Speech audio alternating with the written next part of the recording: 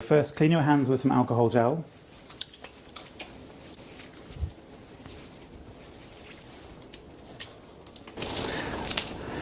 And then open the sample container.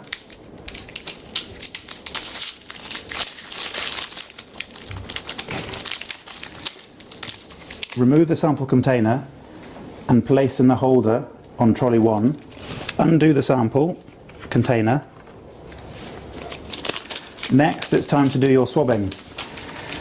We need a deep swab of both your throat and your nose, just using one swab. So the idea is to get the cotton tip at the end on both tonsils and then right to the back of your nose. So first of all, the swab goes into your throat.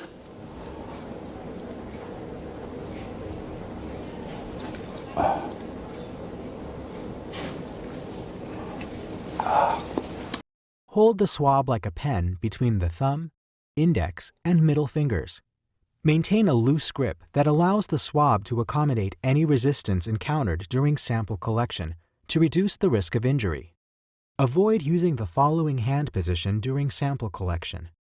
Inform the patient that the smear will feel uncomfortable for a short time and may trigger a gag reflex.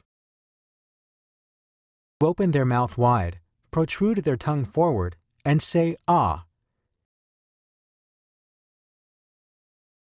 Gently insert the swab into the oral cavity without touching the lips, teeth, tongue, hard palate, or soft palate. These surfaces should be avoided as they are often colonized by a wide range of microbes. Collect the sample from the back wall of the throat. Twist the swab shaft gently but thoroughly, sampling the oropharyngeal wall. First on one side and then the other. If it's a properly taken swab, you should gag. Next, it's time to swab your nose. So the swab goes into the bottom of the nose and is pushed back as far as it can go until you hit resistance, and then turned around, and then removed. And then the same with the other nostril, right to the back of the nose until resistance is felt, and then turned around. It's normal for you to tear up at this point. Start by inserting the swab horizontally into the left or right nostril. Carefully advance the swab while maintaining a course that is close to both the septum and the floor of the nose, parallel to the palate.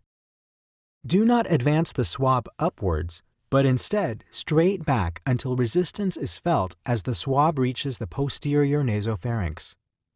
When collecting samples from an adult patient, this corresponds to a travel distance of approximately 5 to 6 centimeters or 2 inches. Leave the swab at this depth for a few seconds while gently wiping the wall by twisting the swab shaft. Slowly and gently remove the swab. Immediately insert the swab into the sample collection tube, which may contain 2 to 3 milliliters of viral transport media. With the swab, don't touch the end of the swab, but lower it into the sample container. There's a black line on the swab that indicates where it should break. So bend the swab against the side of the container and it should snap off. And then replace the lid, turning it tightly.